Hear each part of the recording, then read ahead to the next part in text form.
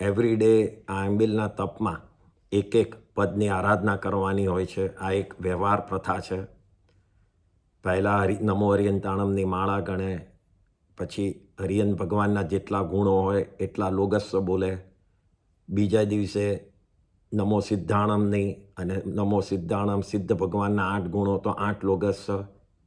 ત્રીજે દિવસે આચાર્યજી હોય તો આચાર્યજીની માળા ગણી અને એમના ગુણો 36 થાય છે, તો એ પ્રમાણે 36 લોગસ્સ. પછીના દિવસે ઉપાધ્યાયના તો 25 લોગસ્સ અને પછી સાધુ સાધ્વી એના 27 લોગસ્સ. એમ એવરી ડે આ વ્યવહારથી જેટલું ધર્મ વધારે થાય એ રીતે આ પદમાં બતાડ્યું છે. પછી જ્ઞાન દર્શન ચારિત્ર અને તપની માળા ગણવાની આવે છે એવરી ડે. એટલે આ રીતે આંબિલની હોળી થાય છે. આંબિલની હોળીનું બિગિનિંગ એ ભગવાન ઋષભદેવ ભગવાનના ડોટર સુંદરી ત્યારથી ચાલુ કરેલું છે. એમણે એ આંબિલની હોળી પહેલી કરી અને ત્યારથી એ ચાલુ થયું છે.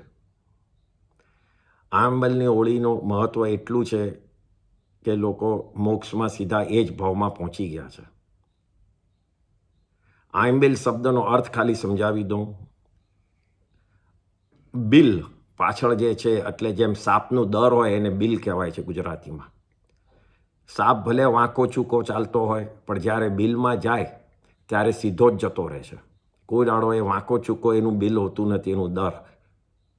અને આ એટલે અંદર, એટલે જેમ બિલમાં સાપ અંદર જાય છે એ જ રીતે અહીંયા સરખામણી કરી છે આપણા મોઢાની જોડે. જે બિલ કીધું છે આપણા મોઢાને, આપણા મોઢામાં ખાવાનું જે કાણું છે એને બિલ કીધું છે. અને અંદર જવું એટલે કે જે કોળિયો આપણે મોઢામાં મૂકીએ એ જીભના સ્વાદ વગર સીધો અંદર જતો રહેવો જોઈએ. જીભના સ્વાદમાં એને અટકાવી અને આ મેં શું ખાધું એવા ભાવ ને એવા વિચારો ન કરો એ આંબિલ. કારણ કે શરીરને ટકાવવા હું ખાઉં છું, જીભને સ્વાદ આપવા નથી ખાતો. આ ભાવ રાખે એને આંબિલ કહેવાય. તો આના ઉપરથી આ શબ્દનો મિનિંગ નીકળ્યો છે આંબિલ. ભાવ વગર, સ્વાદ વગર સીધું સારા ભાવથી પેટમાં ખાવાનું નાખવું. એમાં પણ જે ઉત્કૃષ્ટ આંબિલ કરતા હોય એ તો જે આંબિલનું બન્યું હોય એમાં બી મને આ વધારે સારું લાગ્યું આ ખાવા કરતાં. એ પણ એક જાતનો ટેસ્ટ જ થયો. એટલે જે પણ પોતાની થાળી કે પ્લેટમાં આવી જાય કે પહેલી એકવારમાં લઈ લે એ જ ખાઈ લેવું ટેસ્ટ વગર, કે ભલે એક આઈટમ બીજા આઈટમથી વધારે ભાવતી હોય કે નહીં. આંબિલમાં ટોટલ સ્વાદનો અટકાવી દેવાનું છે, એને છોડી દેવાનું છે. આને આંબિલ તપ કહેવાય. એટલે જે લોકો બી કરતા હોય એ લોકો બહુ જ ઉત્કૃષ્ટ, બહુ સારું તપ કરી રહ્યા છે અને એ લોકોને દરેકને સાથા. હવે આપણે આપણી વેર્સ ઉપર જઈએ તો 23મી કડીના પહેલાં 22મી કડી જેમ દર વખતે કહે છે એનું રીકેપ થોડું કરી કાઢીએ. આચાર્યજીએ ગુરુપદની ઇમ્પોર્ટન્સ, મહત્ત્વ બતાડ્યું છે 22મા પદમાં. ગુરુનું ડેફિનેશન શું? જૈન ધર્મ પ્રમાણે ગુરુ કોણ? જે ધર્મનું જ્ઞાન આપે, જે ધર્મનો રસ્તો બતાડી એ ગુરુ? તો એનો જવાબ છે જૈન ધર્મમાં ના, એ ટીચર. જૈન ધર્મમાં પહેલી જ ફિલોસોફીમાં છે કરવું, કરાવવું ને અનુમોદવું. એનો અર્થ કે જે પહેલાં જ્ઞાન છે, જે પહેલાં ચારિત્ર છે, જે ક્રિયા જે ભગવાને બતાડી છે એ પહેલાં પોતે કરે, પોતે પામે ને પછી બીજાને એ જ્ઞાન આપે, બીજાને કરવાનો રસ્તો બતાડે, એને ગુરુ કીધા છે. કરે અને પછી કરાવવું, અને પછી જે કરતો હોય એનું પણ અનુમોદન ગુરુ કરે છે. આ રીતે કરવાનું મહત્ત્વ પહેલું છે જૈન ધર્મમાં. એટલે ગુરુનું બરાબર ડેફિનેશન આચાર્યજીએ બતાડી કે દીક્ષા લઈને જે પોતે પાળે છે એ ગુરુ જે નવકાર મંત્રના પદમાં નીચલા 3 પદ એ ગુરુના આવે છે. એ 3 પદ ચારિત્રના પાળનારાના છે, કોઈ જ્ઞાનના પદ નથી. પહેલા 2 પદમાં જ્ઞાન આવે છે, જે કેવળ જ્ઞાન, કેવળ દર્શન, એ દેવના પદ થઈ ગયા. પછીના 3 પદમાં જ્ઞાન ન એ હોય પણ ચારિત્ર હોય તો એ પદમાં આવી જાય છે.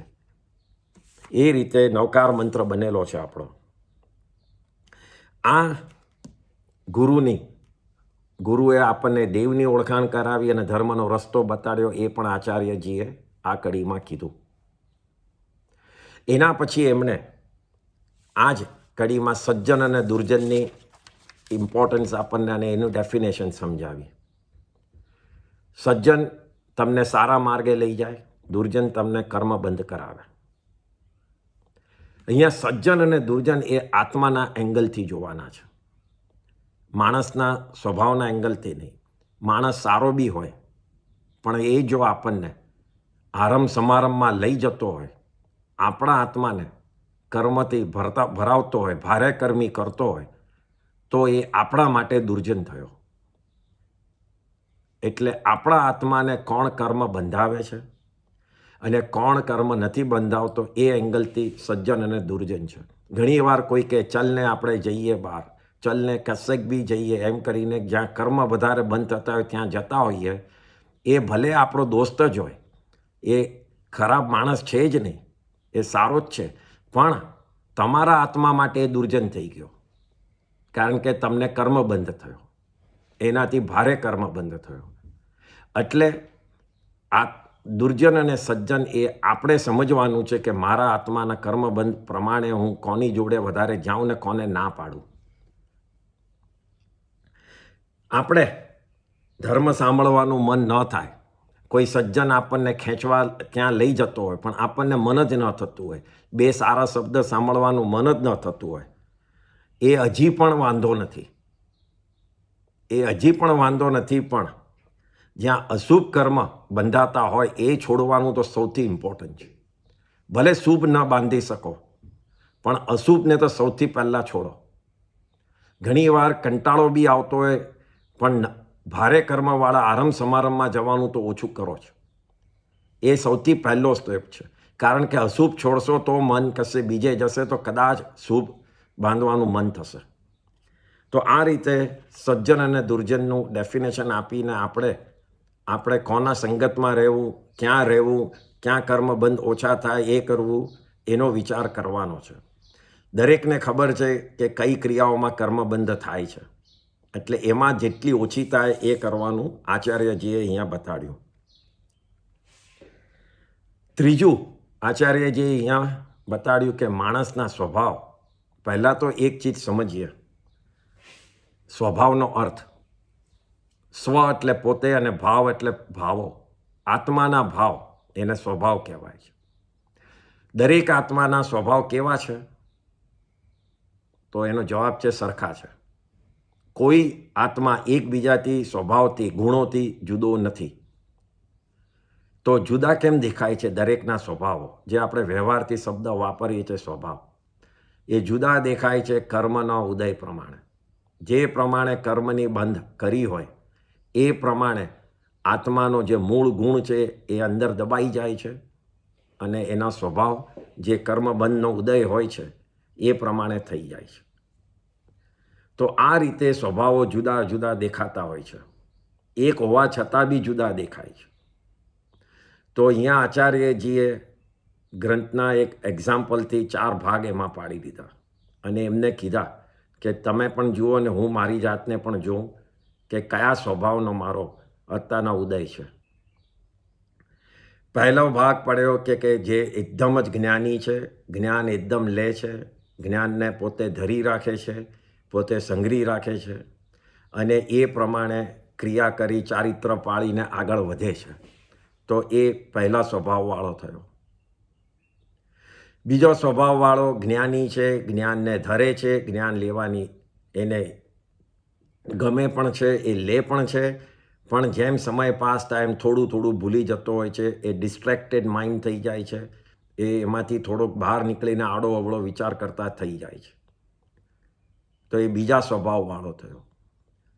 ત્રીજા સ્વભાવવાળો થયો કે એકદમ જ જ્ઞાની છે, એકદમ જ નોલેજફુલ થઈ શકે એમ છે, એનામાં તાકાત બી છે ચારિત્ર પાળવાની, પણ એને ઇન્ટરેસ્ટ જ નથી હોતો, સાંભળવું જ નથી ઇન્ટરેસ્ટ, એને ગમતું જ નથી કે આ બધું બકવાસ છે, એ રીતે એનો સ્વભાવ થઈ જાય છે. અને ચોથાવાળો કે એ બિચારાને તો ઉપરથી જ્ઞાન આપે છે, સવારના આપેલું જ્ઞાન સાંજના જ જતું રહે છે, એક કાનથી આપેલું બીજા કાનથી જેમ નીકળી જાય એમ. તો આ ચોથા સ્વભાવવાળો ઘડો થયો, ચોથા સ્વભાવવાળો મનુષ્ય થયો. તો આમાં આપણે જોવાનું છે કે આપણે કયા સ્વભાવમાં છે અને આપણે કયા તરફ જવાનું છે. જો આટલું સમજી લઈએ તો શુભ કર્મ બાંધતા થઈ જશું ને અશુભને આપણે દૂર મૂકશું. એટલે આ રીતે આચાર્યજી પોતાની જાતને તો પોતે એટલા હંબલ બનાવી, નમ્ર બનાવી અને કહે છે કે હું તો ચોથા ઘડામાં જ છું, ભગવાનનું જ્ઞાન એક કાનથી સાંભળીને બીજા કાને કાઢ્યું. પોતે પોતાની જાતને આવા લેવલ પર મૂકે છે, ભલે પોતે આટલા મોટા દીક્ષા લઈને આચાર્ય હતા. હવે આપણે આ થયું 22મી કડીનું રીકેપિંગ. હવે આપણે 23મી કડી પર જઈએ.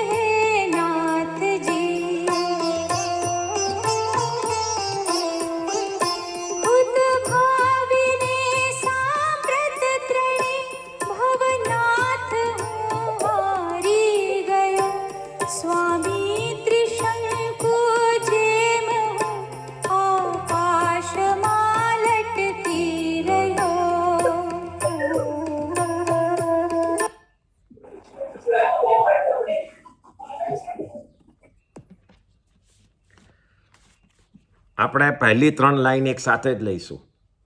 મેં પરભવે નથી પુણ્ય કીધું, કે નથી કરતો હજી, તો આવતા ભવમાં કહો ક્યાંથી થશે એ નાથજી.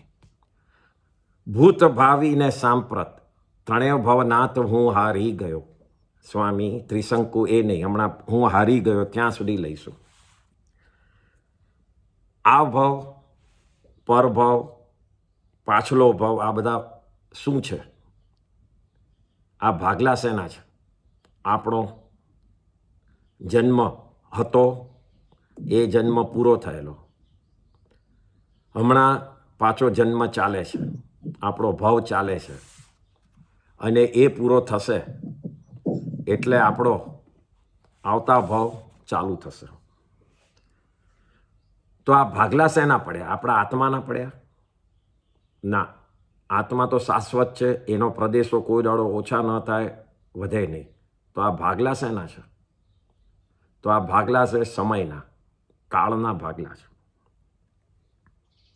એમ તો આપણને કેટલી વાર વાંચ્યું છે અને સમજ્યા છે કે કાળના ભાગલા પડી ન શકે. અનાદિકાળથી કાળ આવે છે અને અનંત કાળ સુધી કાળ રહેવાનો છે. તો આ ભાગલા કેવી રીતે પડ્યા? તો આ ભાગલા પડ્યા છે દરેક જીવના એંગલથી, દરેક જીવના પોતાના એંગલથી આ કાળના ભાગ પડ્યા છે. જ્યારે જીવનો જન્મ થાય છે, જ્યારે એનો ભાવ ચાલુ થાય છે, ત્યારે એક કાળનો ભાગ પડે છે, એ પૂરો થાય છે, એનું મૃત્યુ થાય છે, એટલે એ કાળ એનો પૂરો થાય છે, અને પાછો બીજો કાળ આવે છે, અને એમ કરતાં આગળ જતાં કાળ પર કાળ એના આવ્યા જ કરે છે, જેટલાય જન્મો લે છે. જૂનો કાળ થઈ જાય છે, વર્તમાન આવે છે, અને પછી ભવિષ્ય આવે છે. એમ કાળના 3 પ્રમાણે ભાગ પડે છે. સૌથી ટૂંકો કાળ કયો?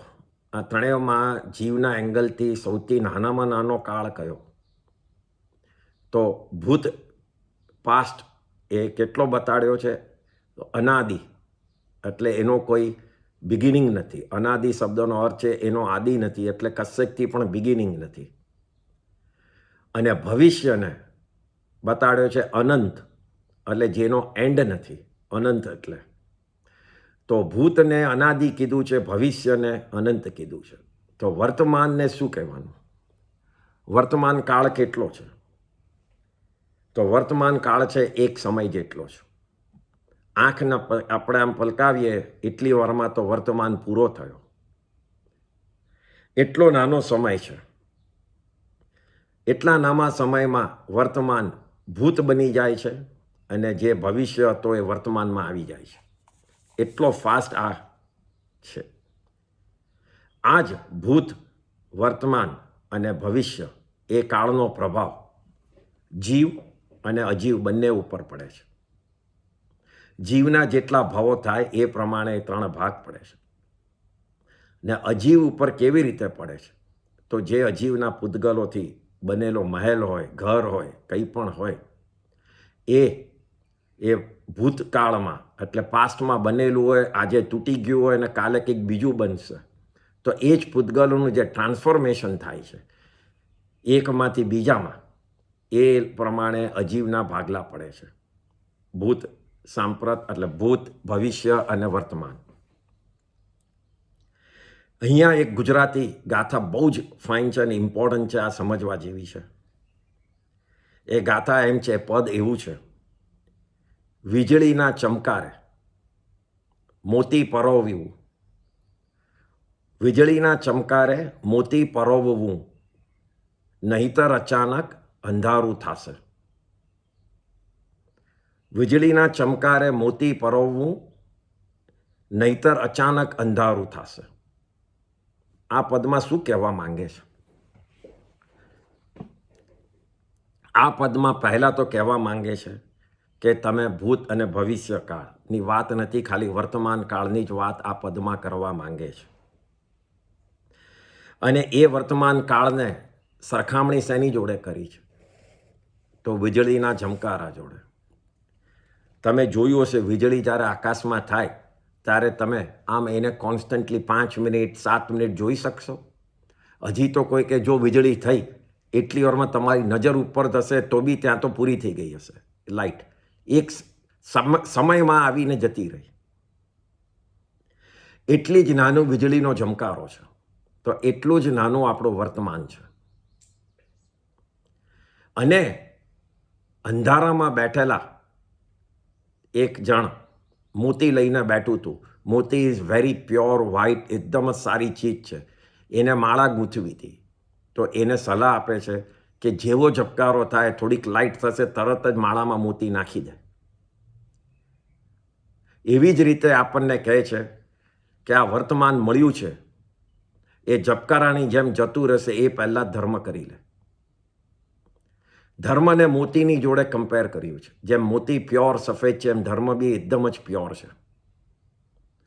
ધર્મ કરવાનો સમય તારી પાસે આ વીજળીના ઝમકારા જેટલો જ છે. એ સમય તારો ક્યારે પૂરો થશે એ ખબર નહીં પડે. અને એના પછી શું આવશે? તો અંધારું આવી જશે. તો મોતી પરોવાશે નહીં. તો એના પછી તમારો ભાવ પૂરો થશે. તો તમે ધર્મ કરી શકશો નહીં. ધર્મ કરવા માટેની આ એક ડેફિનેશન, એક શિખામણ બતાડે છે આ કડીમાં કે એટલો ઓછો સમય તમારી પાસે છે કે એ ઓછા સમયમાં જેટલું બાંધે એટલું ધર્મ કરી લો. ભૂતમાં શું કર્યું, ભવિષ્યમાં શું કરશું, એના ઉપર સમય બગાડવાની જરૂર નથી. એના ઉપર સમય બગાડશું એ આપણો સમય આપણે જ બગાડીએ છીએ એમ થશે. એ ભૂલી જાઓ.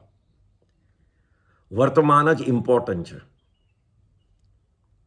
આજે જો આપણને ઓઢવા, ખાવા, રહેવા, ઘર, ધંધો, ફેમિલી, હેલ્થ બધું જ મળ્યું હોય તો એમાં સંતોષ રાખો.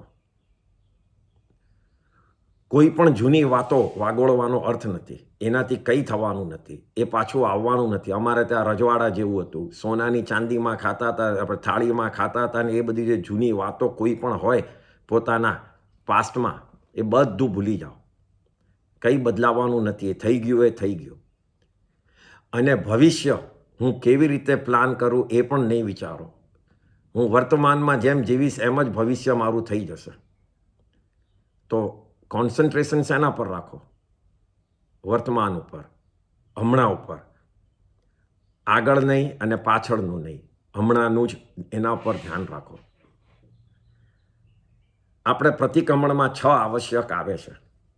એમાં 6ઠ્ઠા આવશ્યકના પછી જ્યારે પ્રતિક્રમણ પૂરું કરવાનું હોય છે, પાળવાનું હોય છે, ત્યારે આમ બોલાતું હોય છે: ગયા કાળનું પ્રતિક્રમણ, વર્તમાન કાળના સંવર અને આવતીકાળના પચખાણ. આ કાળને ડિવાઈડ કરીને આ 3 શબ્દ આવે છે. ગયા કાળનું પ્રતિક્રમણ એટલે ગયા કાલે જે મેં ભૂલ કરી હોય એની હું માફી માંગુ છું. વર્તમાન કાળના સંવર એટલે હમણાં હું જે કર્મબંધ થાય છે એ ક્રિયાને અટકાવી ને હું બેઠો છું. અને ભવિષ્યકાળના પચકાણ, તો હું જો હમણાં સંવરમાં જ બેઠો તો ભવિષ્યનું શું થયું? ઓટોમેટિકલી પચકાણ જ આવી ગયા.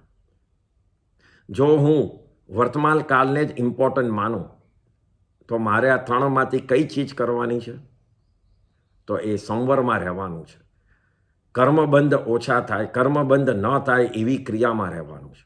જો હું એવી જ ક્રિયામાં રહું તો ઓટોમેટિકલી હું ભવિષ્યના પચકાણમાં આવી ગયો. અને ઓટોમેટિકલી ભવિષ્યના પચકાણમાં આવી ગયો તો મારી ભૂલ જ ન થવાની હોય તો આગળ જઈને મારે પ્રતિક્રમણ શેનું કરવાનું? એટલે ભૂલને અટકાવવા પ્રતિક્રમણ ન કરવું પડે. અહીંયા નથી કરવાની વાત નથી, અહીંયા વ્યવહારથી વાત છે કે મારે ભૂલની માફી જ ન માંગવી પડે. એ જો બેસ્ટ આઈટમ કઈ છે તો ભૂલ જ ન કરું એનાથી બેસ્ટ કંઈ જ નથી. અને ભૂલ જ ન કરવી હોય એનું એક જ રસ્તો છે, એ સંવરમાં રહેવું. બને એટલા પચકાણમાં રહો, બને એટલા સંવરમાં રહો. નવા કર્મબંધને અટકાવવાની ક્રિયા કરીએ તો ઓટોમેટિકલી તમારે પાસ્ટ અને ફ્યુચરનું ટેન્શન જતું રહે છે. એટલે વર્તમાનના સંવર ઉપર જ વધારે ઇમ્પોર્ટન્ટ રાખવાનું છે.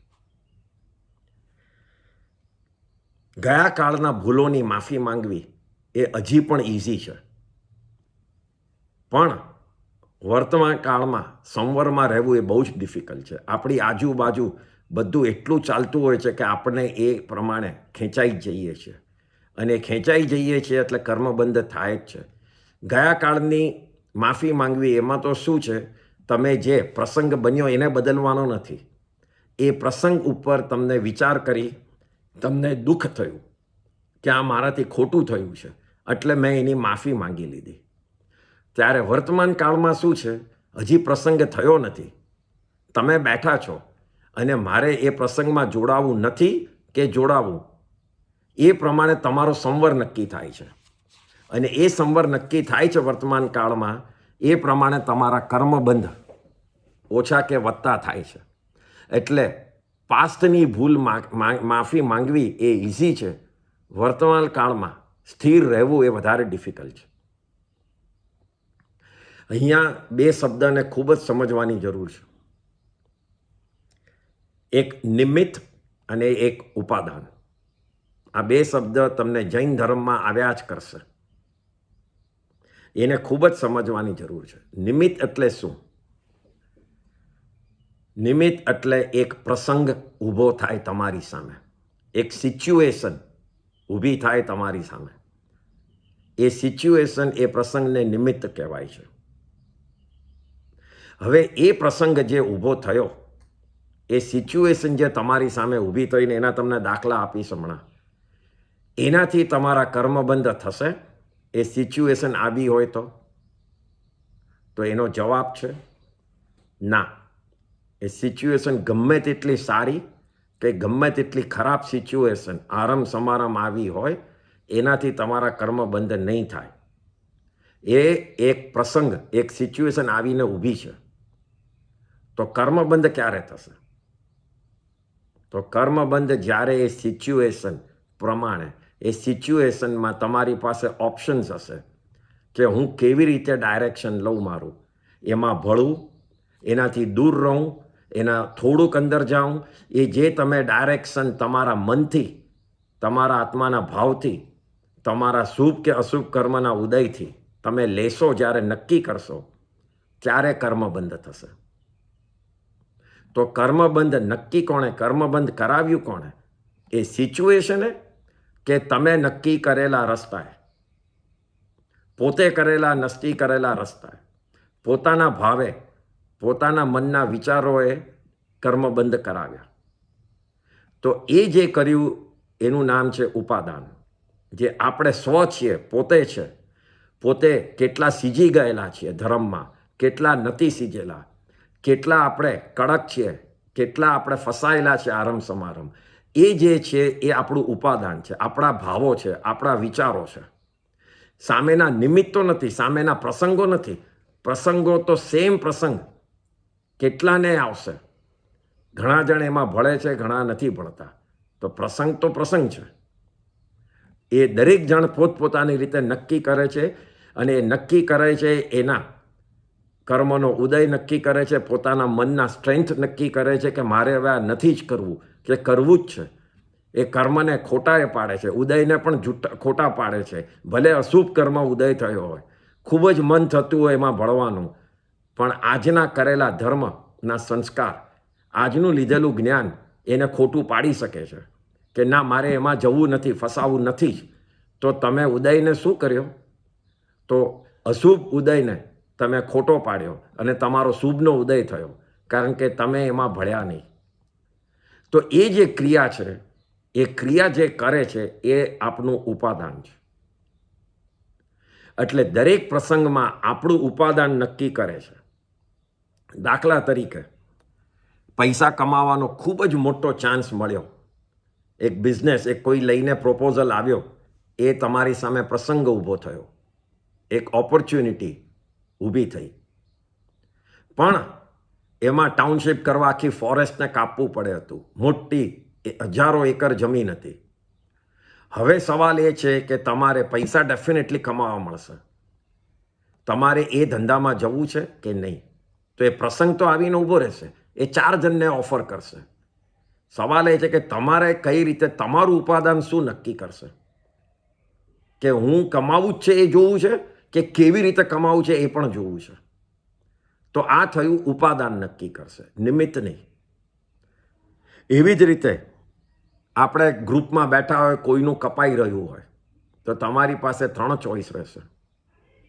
કાં તો જે કપાતું હોય એની જોઈન્ટ થઈ અને તમે બી કાપવા માંડો, કાં તો કંઈ બોલો નહીં, અને કાં તો જો કોઈ ખોટી રીતે એની વાતો ઉડતી હોય તો તમે એડ કરીને કહો કે ના, સાચું નહોતું, આમ નહોતું, એણે આમ નહોતું કર્યું.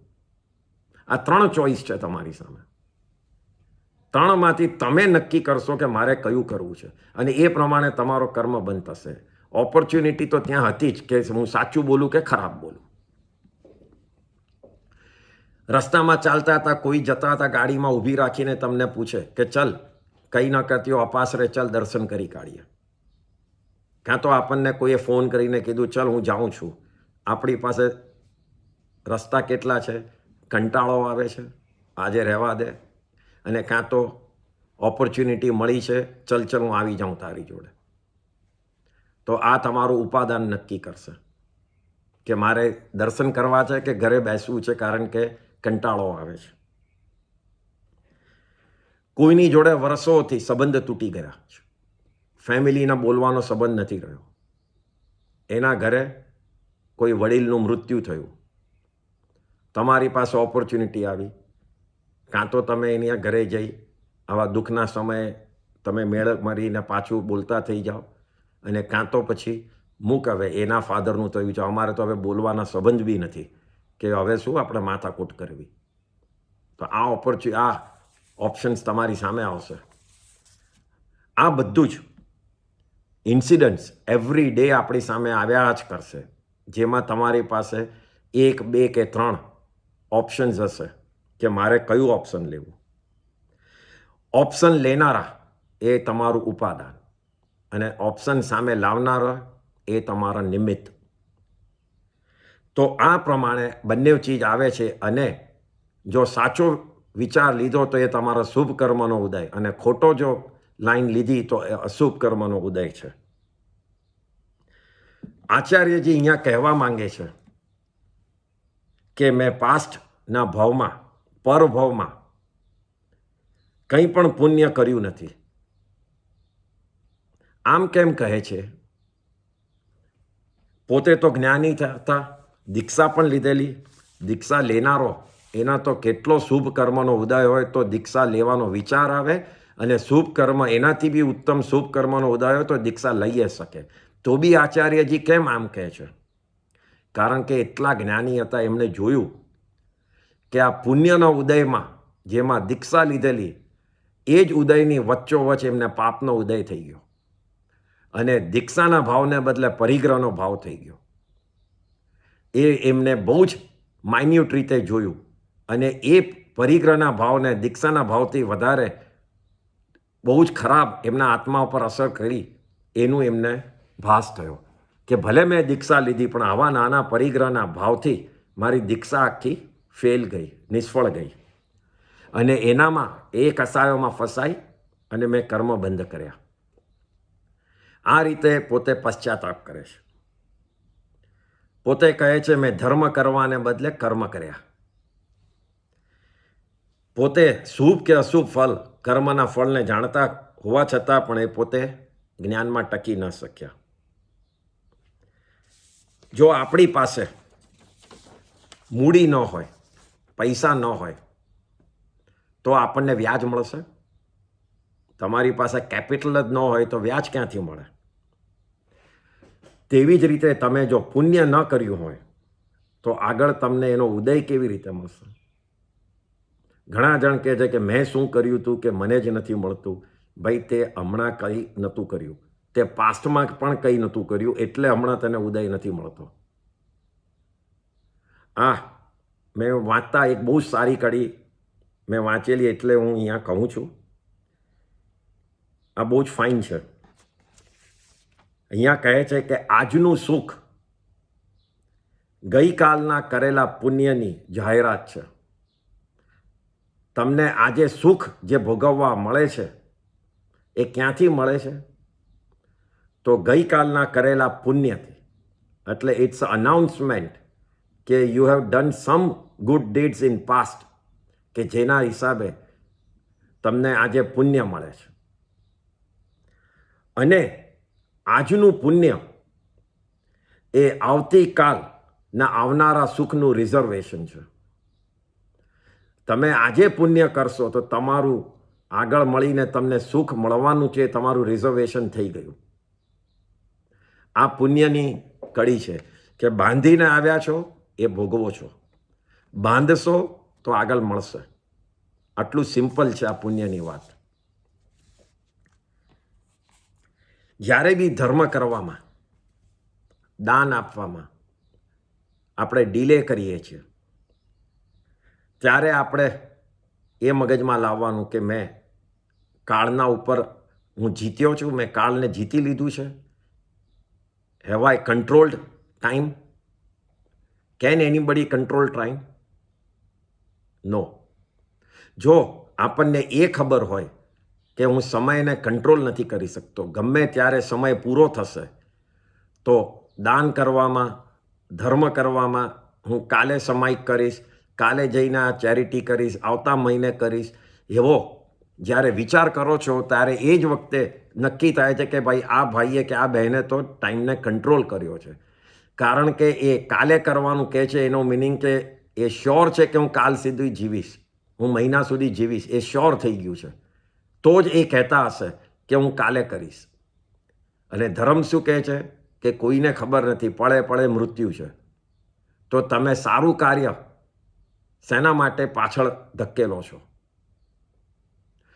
અને જ્યારે આરંભ સમારંભ આજે કરવાનો વિચાર હોય ત્યારે તમારે એ રીતે વિચારવાનું કે મેં કાળના ઉપર વિજય કર્યો છે, એટલે હું મહિના પછી કરીશ, કાલે કરીશ, એવી રીતે વિચાર કરો. કંટ્રોલ તો એમે નથી કર્યો, આ ખાલી આપણા મનના વિચાર માટે છે. અને એ શેના માટે કે આજે જો આરંભ સમારંભ કરતા હો અને એ જો તમે કાળ ઉપર છોડી દો, મહિના પછી હું આ કરીશ, અને જો ઇન બિટવીન આપણું કંઈ મૃત્યુ થઈ જાય તો એ આરંભ સમારંભના કર્મથી બચી જઈએ. કાલે કરવાના ધર્મને આજે કરવું જોઈએ, ને આજે કરવાના આરંભ સમારંભને કાલ પર છોડવા જોઈએ. તો બંને રીતે તમે સમયને કંટ્રોલ તમારા આત્માથી કરી શકશો. સારું કાર્ય આજે કરી કાઢ્યું અને કર્મ વધારે લાગે એ કાર્ય કાલ પર છોડી દીધું. બંને કેસમાં જો આયુષ્ય પૂરું થાય તો ફાયદો જ છે, વિન વિન સિચ્યુએશન છે.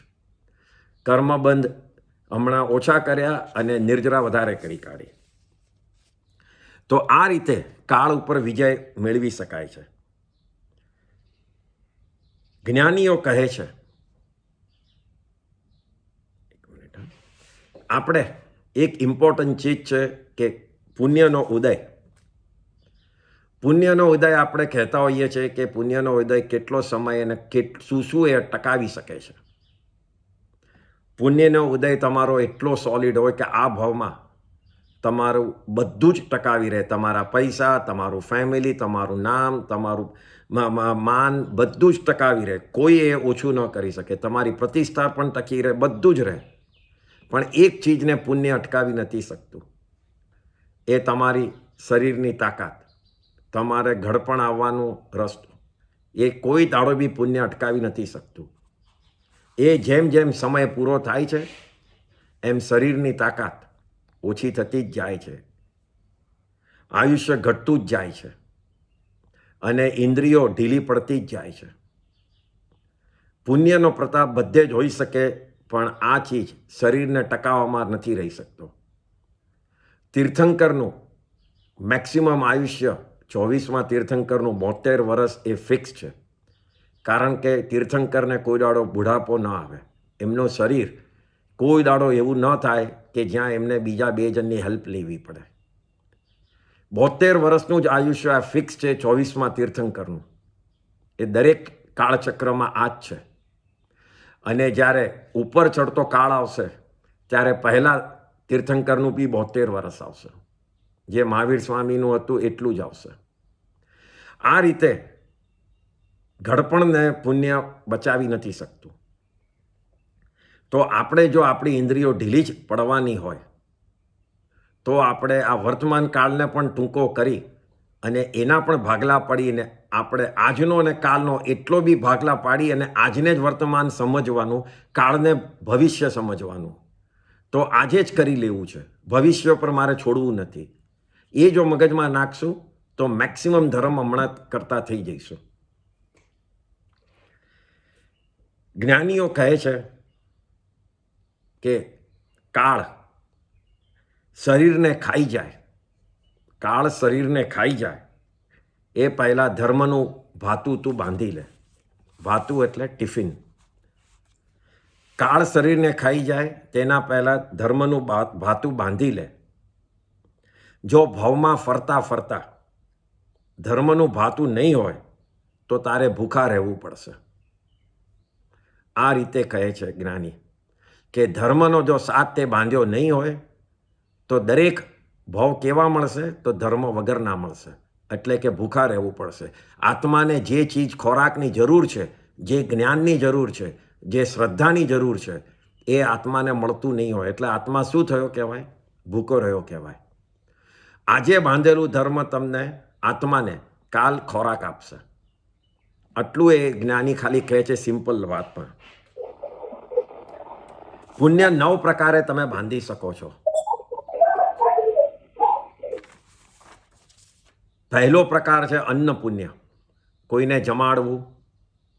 આ 9 પ્રકાર, એમ તો પુણ્ય જુદા જુદા છે પણ એને શાસ્ત્રોમાં 9 પ્રકારમાં ડિવાઈડ કર્યા છે. પહેલો પ્રકાર છે કોઈને જમાડવું. એનિમલ્સ હોય, કબૂતરો હોય, એ બધાને જમાડવું, એટલે કે ટોટલ તિર્યંચોને જમાડવા. બીજું કે ગરીબ સાધર્મિકને જમાડવા. આપણે ઘણા જણ અપાસ રહે, દિવાળીના ટાઈમમાં અનાજ બાંધીને આપે છે. એ બધું જે જમાડવું, ખાવાનું આપવું, એ બધું અન્ન પુણ્ય કહેવાય છે. ભોજનનું પુણ્ય. કોઈને ભોજન આપો તો આગળ જઈને ભૂખા નહીં રહેવું પડે. મહારાજ સાહેબ મા સતીજીને વોરાવીએ છીએ, ભાવથી વોરાવીએ છીએ, એ વોરાવાનું પુણ્ય તો જબરજસ્ત હોય છે. સાલીભદ્રની સ્ટોરી કોઈને ખબર હોય તો આગલા ભાવમાં એક ખીર વોરાવી, એમાં શ્રેણિક રાજા કરતાં બી વધારે સંપત્તિ એને મળી ગયેલી. એટલે વહોરાવાનું આટલું પુણ્ય હોય છે. આપણે જે લોકો ફોરેનમાં રહેતા હોય છે, 15 દિવસ માટે ઇન્ડિયા જાય છે, તો એને ખાસ અપાસરે જઈ વિનંતી કરીને કહેવું જોઈએ, બાપજી વહોરાવ અમારા ઘરે પધારજો, કારણ કે ચાન્સ બહુ ઓછા છે અને એ એકદમ જ હાઈ ક્વોલિટીનું પુણ્ય બાંધશે. આ રીતે અન્ન પુણ્ય એ પહેલો પ્રકાર છે. બીજું છે પાણ પુણ્ય, એટલે પાણીનું પુણ્ય. કોઈ કુલર્સ બધા ડોનેટ કરે, એનિમલ્સ અને બર્ડ્સ માટે પાણીની વ્યવસ્થા કરે. નીચે ઇન્ડિયામાં તો દરેક બિલ્ડિંગમાં નીચે, એટલીસ્ટ અમદાવાદને બધે મેં જોયું છે કે બિલ્ડિંગમાં નીચે પાણીના વાડકાઓ મૂક્યા હોય છે, ત્યાં જે સ્ટ્રે ડોગ્સ છે એ લોકો માટે. તીર્થોમાં પણ લોકો કુલર મુકાવે છે, પરબો બંધાવે છે કે કોઈ તરસ્યા ન જાય. તો આ રીતે પાણીનું પુણ્ય બંધાય છે. પાણી પીવડાવવાથી તમને સાતા પહોંચે છે. ત્રીજું છે લયણ પુણ્ય, બેસવાની જગ્યા. તમે અપાસરામાં, હોસ્પિટલમાં, સ્કૂલ્સ વગેરેમાં ચેર્સ આપો, બેન્ચીસ આપો, એ ડોનેટ કરીએ. કશે બેઠા હોઈએ આખું ભરેલું હોય ને કોઈ એલ્ડરલી આવે ને આપણે ઊભા થઈ જઈએ, કોઈ પ્રેગ્નન્ટ લેડી આવી હોય, કોઈ નાના છોકરા જોડે લેડી આવી હોય ને તરત ઊભા થઈને એને જગા આપીએ, તો આનાથી પુણ્ય બંધાય છે. આટલી નાની ચીજ. પુણ્ય બાંધવા માટે બહુ મોટું સ્ટડી કરવાની જરૂર નથી. જ્યાં બી સારું કાર્ય કર્યું ત્યાં પુણ્ય બંધાયું, પણ અવેરનેસની જરૂર છે. હવે સમજો કે એ વખતે તમે બેઠા, કારણ કે નાની જગ્યા હતી, તરત જ તમને સીટ મળી ગઈ ને તમે દોડીને બેસી ગયા, અને જેને જરૂરિયાત હતી એવું વ્યક્તિને ન મળ્યું અને તમે ઊભા પણ ન થયા, તો તમે એ વખતે શું કર્યું? તો એ વખતે તમે તમારું પુણ્ય વાપરી નાખ્યું. કારણ કે પુણ્ય હતું એટલે તમને મળ્યું, એટલે એ વખતે તમારું પુણ્ય વપરાઈ ગયું. પણ જો તમે એ વખતે કોઈ એલ્ડરલીને કે કોઈ બીજી લેડીને જગા આપી હોત, તો તમારું જૂનું પુણ્ય તો ટકાવ્યું, પણ ઉપરથી નવું બાંધ્યું. એટલે આ રીતે અવેરનેસની જરૂર છે. એટલે આ રીતે લયણ પુણ્ય થાય છે, બેસવાની જગ્યાઓનું. ચોથો પ્રકાર છે શયન પુણ્ય, સૂવાની જગ્યા. આપણે હોસ્પિટલમાં બેડ્સ આપીએ, અપાસરો બનાવીને એમાં સાધુ સાધ્વી રહી શકે. વિહાર કરતા હોય ઘણા જણ, મેં જોયું અમદાવાદથી સુરેન્દ્રનગર, અમદાવાદથી રાજકોટ, વડોદરા, ત્યાં વચ્ચે ઘણા જણની, આપણા લોકો સાધર્મિકની ઘણાની ફેક્ટરીઓને બધું આવે છે, ફાર્મ્સ ને બધું. તો એ લોકોએ સ્પેશિયલી એક રૂમને બધું રાખેલું જ હોય કે વિહાર કરતા સાધુ સંતો એમાં 1 રાત 2 રાત રહી શકે. તો એનાથી એ લોકો શયન પુણ્ય બાંધે છે, ઊંઘવાનું. એટલે આગળ જઈને એમને ઘર વગરના રસ્તા પર રહેવું ન પડે કોઈ પણ વખત, એ પુણ્યના ઉદયના હિસાબે. એ રીતે આ શયન પુણ્ય કામમાં આવે છે અને બાંધી શકીએ છીએ. ઘરમાં કોઈ માંદું હોય, એને રૂમમાં ફાવતું ન હોય ને બહાર હોલમાં આવીને આડા પડીને રહેવું હોય ને આપણને અગવડ પડતી હોય, તોય આપણે એ કરીએ, તોય આપણા એલ્ડરલી માટે જે કર્યું હોય એનાથી આપણે શયન પુણ્ય બાંધીએ છીએ. પાંચમું છે વસ્ત્ર પુણ્ય, કપડાં આપવા, સ્વેટર, શાળ એ આપવું, ગરીબોને કાંબળા આપવા, સંત સતીજીને કપડું વોરાવવું, જેનાથી એમની સાધના બરાબર ટકી રહે. તો આ બધું કપડું આપવાનું દાન એ વસ્ત્ર પુણ્યમાં આવે છે. મન પુણ્ય એ છઠ્ઠો પાઠ. શુભ વિચાર દરેક માટે કરવા, પોઝિટિવ વિચાર કરવા ઓલવેઝ. કોઈ ડિફિકલ્ટ કામ કરવા જતો હોય તો એને સાચા ભાવથી આપણે મનમાં વિચારવાનું કે એનું વિચારવાનું થઈ જાય તો સારું. કોઈ પોતાના પુણ્યથી ખૂબ કમાયો હોય તો ભાવથી આપણે એને ગુડ લક કહીએ, જેલેસી નહીં પણ ગુડ લક કહીએ કે ચલો એના પુણ્યના ઉદયથી એ કમાયો છે, એમે મને મળવાનું નથી અને મારે એવો હાઈ વોય કરવાની જરૂર નથી. I am very happy for him. કોઈ માંદું હોય તો એ વિચારું કે આ જલ્દી સાજો થઈ જાય. ભગવાનને મનમાં યાદ કરવા દિવસ દરમિયાન, માળા ગણવી, નવકાર મંત્ર બોલવા, એ બધું મન પુણ્યમાં આવે છે. વચન પુણ્યમાં તો આશ્વાસન આપવું, હિંમત આપવી. કોઈને કંઈ જ તમે ન કરી શકો, હિંમત આપો ને, એમાં માણસનું 50% ડર તો ખસી જાય છે. કોઈનું એપ્રિશિએટ, કોઈએ નાનું કામ બી કર્યું એને એપ્રિશિએટ કરવું. આપણાથી નીચે માણસ કોઈ હોય નીચલો, તો એમ ગ્રાન્ટેડ નહીં લેવું, એનું પણ 2 શબ્દ સારું એપ્રિશિએટ કરવું. ઓલવેઝ સાચું બોલવું. રિલિજિયસનું ડિસ્કશન હમણાં આપણે જેમ લેક્ચર ચાલે છે તો આપણે લોકો અત્યારના મન વચન ને કાયા ત્રણેય પુણ્ય બાંધીએ છીએ. કાયાથી આપણે આડું અવળું કરતા નથી, વચનથી સાંભળીએ છીએ, બોલીએ છીએ અને મનના ભાવ રાખીએ છીએ. તો ત્રણેય પ્રકારના પુણ્ય હમણાં બંધાય છે. એટલે અને વચનથી ધર્મનું બધું ગણવું, ફ્રેન્ડ જોડે કલાકોના ટીપીવાળા ફોન ચાલતા હોય છે, ટાઈમપાસવાળા, એના કરતાં કોઈ એલ્ડરલી જોડે 5 મિનિટ બેસીને એની જોડે વાત કરવી કે એને કોઈ મળતું ન હોય આખા દિવસ દરમિયાન, તો એ બધું વચન પુણ્યમાં આવે છે. કાય પુણ્ય, કાયાથી સમાઈ કરવી, સેવા કરવી, કોઈની ખબર પૂછવા જવું માંદું હોય તો. ઇન્ડિયામાં તો ઓલ્ડ કોઈ હોય છે, કોઈ બ્લાઇન્ડ હોય છે એને રસ્તો ક્રોસ કરાવે. ઘણી ચેરિટી જગ્યા હોય છે, ઘણા મંદિરો અને ટેમ્પલ જ્યાં પોતાની ફિઝિકલ ફ્રી સેવા આપે છે જઈને વીકેન્ડમાં અને એવી રીતે. તો આ બધાથી કાય પુણ્ય બંધાય છે. હોસ્પિટલોમાં જઈને સેવા આપે છે, એનાથી પણ કાય પુણ્ય બંધાય છે. સંત સતીજીને વંદન કરીએ એ પણ કાય પુણ્ય. પોતાના વડીલને ઊભા થઈને વેલકમ કરીએ એ પણ કાય પુણ્યના પ્રકાર છે.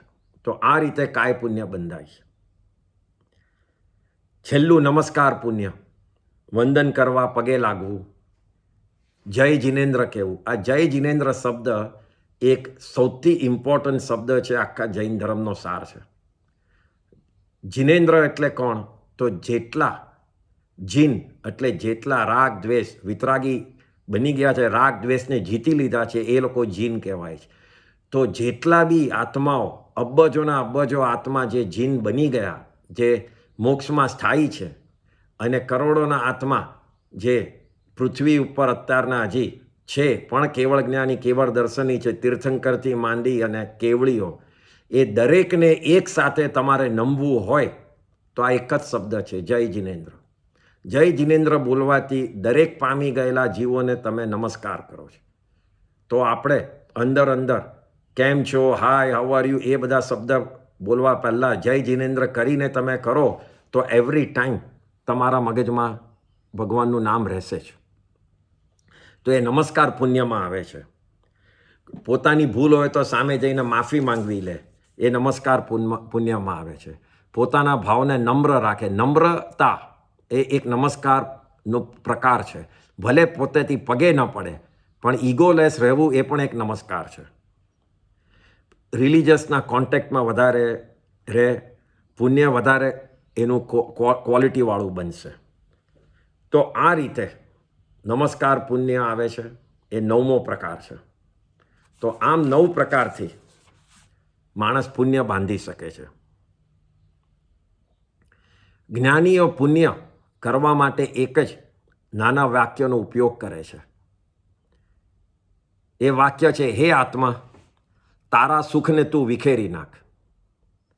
તને જે સુખ મળ્યું છે એને એકલો નહીં ભોગવ, બધાની જોડે રહીને ભોગવ, બધાને સાથે લઈને ભોગવ. તારા સુખમાં બીજાને પણ ભાગ પડવા દે. એનાથી તારું સુખ ઓછું નહીં થાય પણ ભવિષ્યમાં સુખ વધશે.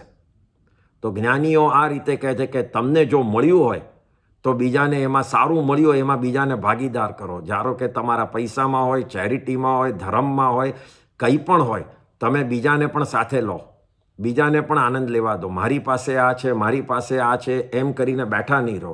એનો કંઈ અર્થ નથી. તમારી પાસે જે છે આ ભાવ પૂરતું જ છે, પણ ભાવ માટે જોઈતું હોય તો બીજાને પણ એમાંથી આપો.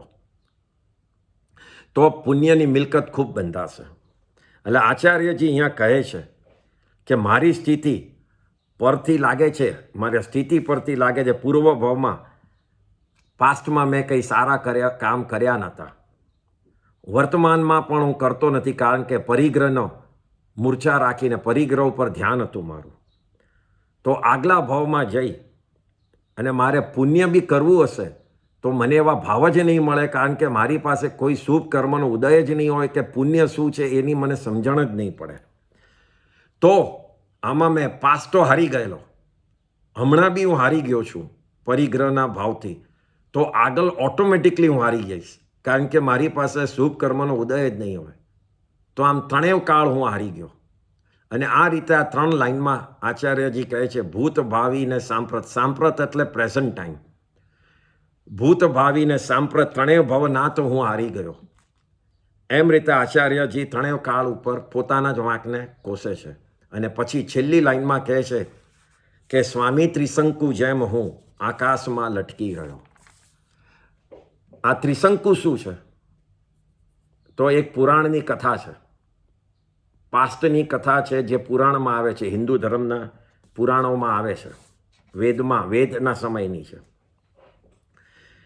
તો ત્રિશંકુ નામનો એક રાજા હતો. આ સ્ટોરી જ છે, ખાલી ઇન્ટરેસ્ટ માટે સમજવા જેવી છે.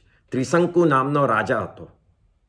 એ રાજાને એટલું પોતાના શરીર ઉપર ગર્વ હતો અને એટલું એને ગમતું હતું કે એને જોઈતું હતું કે આ શરીર જોડે જ પોતે દેવલોકમાં જઈ અને કાયમ માટે સ્થાયી થઈ જાય.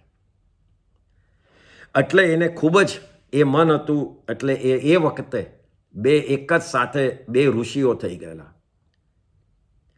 એક વશિષ્ઠ, કોઈએ નામ સાંભળ્યું છે, વશિષ્ઠ મહાઋષિ, અને એક વિશ્વામિત્ર. એમ 2 મહામુનિઓ થઈ ગયેલા. તો ત્રિશંકુ રાજા વશિષ્ઠ પાસે ગયા અને એમને કીધું, એમને પ્રસન્ન કરવાની ખૂબ કોશિશ કરી. એમને કીધું કે મને તમે સદેહે મારા આ શરીર જોડે મને સ્વર્ગલોકમાં મોકલો. વશિષ્ઠ એમણે કીધું કે ના, એ બની જ ન શકે. કોઈ કાળમાં પાસ્ટમાં બન્યું નથી, હમણાં બનશે નહીં ને ભવિષ્યમાં બનશે નહીં કે મનુષ્ય સદેહે દેવલોકમાં જઈ શકે. ત્યાંથી નારાજ થઈ અને આ જ ત્રિશંકુ રાજા મુનિ વિશ્વામિત્ર પાસે આવ્યો અને વિનંતી કરી. વશિષ્ઠ મુનિ અને વિશ્વામિત્ર ઋષિ એ બંને કોમ્પિટિટર્સ હતા. સમકાલીન એક જ સમયમાં પણ એકબીજાથી વિરુદ્ધ હતા. વશિષ્ઠ મુનિ એ પોતે બ્રાહ્મણ કુળમાંથી આવેલા, એટલે એમને બ્રહ્મર્ષિ કહેવાતું હતું. ત્યારે વિશ્વામિત્ર એ રાજ કુળમાંથી ક્ષત્રિય હતા, એટલે એમને રાજર્ષિ કહેવાતું હતું. એ વખતે બ્રહ્મર્ષિનું પદવી રાજર્ષિ કરતાં ઉપર હતી એ વખતના સમયમાં. એટલે વિશ્વામિત્રને કાયમ માટે બ્રહ્મર્ષિ બનવું હતું. એટલે એમને વશિષ્ઠ ઉપર કાયમ જેલેસી હતી. એટલે જ્યારે વિશ્વામિત્રને આ મોકો મળ્યો કે હું આને મારા જ્ઞાન, મારા તપ અને મારા મંત્રોના પ્રભાવથી એને જો આ ત્રિશંકુને હું સદેહે સ્વર્ગમાં મોકલી દઉં તો મારું નામ વશિષ્ઠ કરતાં પણ ઉપર થઈ જશે. એટલે એને હા પાડી અને મોટો યજ્ઞ કર્યો. એમાં મંત્ર, હોમ બધું કરી અને છેલ્લે ત્રિશંકુ રાજાને બરાબર માપ કરી અને કયા ડાયરેક્શનમાં મોકલવો છે એમ કરી મંત્ર બોલીને એને હવામાં ઉચક્યો અને ઉપર તરફ મોકલ્યો. અને પોતે મંત્ર બોલતો જાય અને ત્રિશંકુ રાજા આગળ વધતા જાય. આગળ આવતા આવતા ત્યાં દેવોને જ્ઞાનમાં દેખાયું કે કોઈ મનુષ્ય લોકમાંથી પોતાના શરીર જોડે દેવલોકમાં આવવાની ટ્રાય કરે છે. તો દેવો ઇન્દ્ર પાસે ગયા અને આ કીધું કે આવું તો દેવલોકમાં કેવી રીતે હોય. ઇન્દ્રએ તરત પોતાના જ્ઞાનમાં જોયું અને દેવલોકના દરવાજા બંધ કરી કાઢ્યા. નીચે વિશ્વામિત્રે આ કર્યું. પેલા ઉપર જતા હતા ત્રિશંકુ, તો લોકો એમની વાહ કરવા માંડ્યા. એમના જ્ઞાનની, એમની પ્રતિષ્ઠા, એમનું તો નામ થઈ ગયું ચારો બાજુ. પેલી બાજુ ત્રિશંકુ રાજા ઉપર પહોંચતા દેવલોકના દરવાજે પહોંચ્યા. જોયું તો દેવલોકના દરવાજા બંધ. પોતાનું શરીર અંદર જઈ નથી શકતું. એટલે હવામાં લટકી ન રહે એટલે તરત જ નીચે પડવા માંડ્યા. નીચે પડતા હતા ત્યાં વિશ્વામિત્રએ જોયું કે આ તો રાજા નીચે પડવા માંડે છે, દેવલોકમાં જઈ ન શક્યા. હવે જો નીચે આવી જાય તો એમનું નામ બગડે, કે જો એમની ખ્યાતિ જતી રહી, વાહ જે કરેલી એ બધું જતું રહેશે, કે જો તમારાથી તો કંઈ થયું નહીં. એટલે વિશ્વામિત્રએ શું કર્યું? વિશ્વામિત્રએ મંત્ર બોલી અને ત્રિશંકુ રાજાને વચ્ચે જ અટકાવી દીધા. એટલે જમીન પર પણ ના આવી શકે, લોકોને ખબર ન પડે. એટલે ત્રિશંકુનું થયું શું હાલત? ન દેવમાં રહ્યો, ન મનુષ્યમાં રહ્યો. એટલે અહીંયા આચાર્યજી શું કહે છે કે હું બીજાના ભરોસે બેસી, જેમ અહીંયા ત્રિશંકુ રાજા વિશ્વામિત્રના ભરોસે બેસી અને પોતે પુણ્ય કમાવા માંગતા હતા, સુખ લેવા માંગતા હતા. એમ હું જો અહીંયા દીક્ષા લીધી અને મેં મારા જ ભાવોથી મારી દીક્ષા બગાડી અને હું હવે એમ સમજું કે ભગવાન મારી દીક્ષા તમે કેમ સંભાળી ના શક્યા, તો એ ખોટું છે. કોઈ દાડો બીજું કોઈ આપણું સંભાળવાનું નથી. ભગવાન બી આપણું સંભાળવાના નથી. ભગવાન ખાલી સંભાળવાનું જ્ઞાન આપવાના છે. દરેકે પોતાના જોરથી જ સ્વર્ગલોકમાં જવાનું છે અને પોતાના જ કાર્યથી જ મોક્ષ પામવાનો છે. એટલે આમાં અહીંયા આચાર્યજી કહે છે કે હું પણ ત્રિશંકુની જેમ હવામાં લટકી રહ્યો, ન હું તપ કરી શક્યો, ન હું જ્ઞાન નિર્જરા આગળ માટે કરી શક્યો, અને હમણાં વર્તમાન કાળમાં પણ મેં મારા જન્મ બગાડ્યો. એમ હું હવામાં લટકી રહ્યો જેમ ત્રિશંકુ રાજા હતો. તો આ રીતે અહીંયા આચાર્યજી આ 23મી કડીમાં બધું કહે છે. કોઈને કંઈ સવાલ છે? 1 મિનિટ. જય જિનેન્દ્ર.